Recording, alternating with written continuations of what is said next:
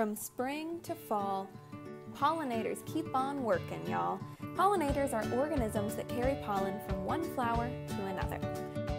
Some flowers rely on the wind to move pollen, others, though, rely on pollinators. These can include a lot of animals and insects, including bees, butterflies, beetles, birds, bats, and more.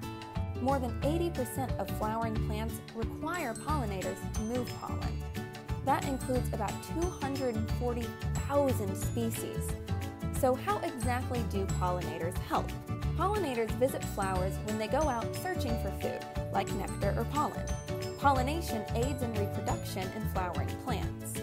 During pollination, pollen is moved from the stamen of the flower, which is the male part, to the stigma of the flower, which is the female part.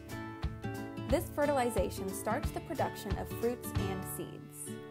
Pollinators are responsible for up to 35% of global crop production. That comes out to about 1 out of every 3 bites of food that we eat. And these pollinators help us in other ways. Pollinator-dependent crops contribute $18 to $29 billion to the U.S. economy. Unfortunately, pollinator populations are declining due to a lot of reasons.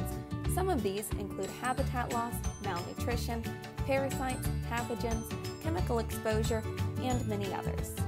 Increasing pollinator-friendly gardens and landscapes can help revive their populations, though.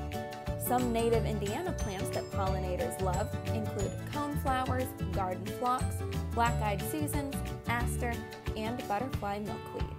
You can also help reduce bee labor by planting your flowers in clusters instead of in singles. To learn more about how you can help our pollinator friends, visit monroecoswcd.org.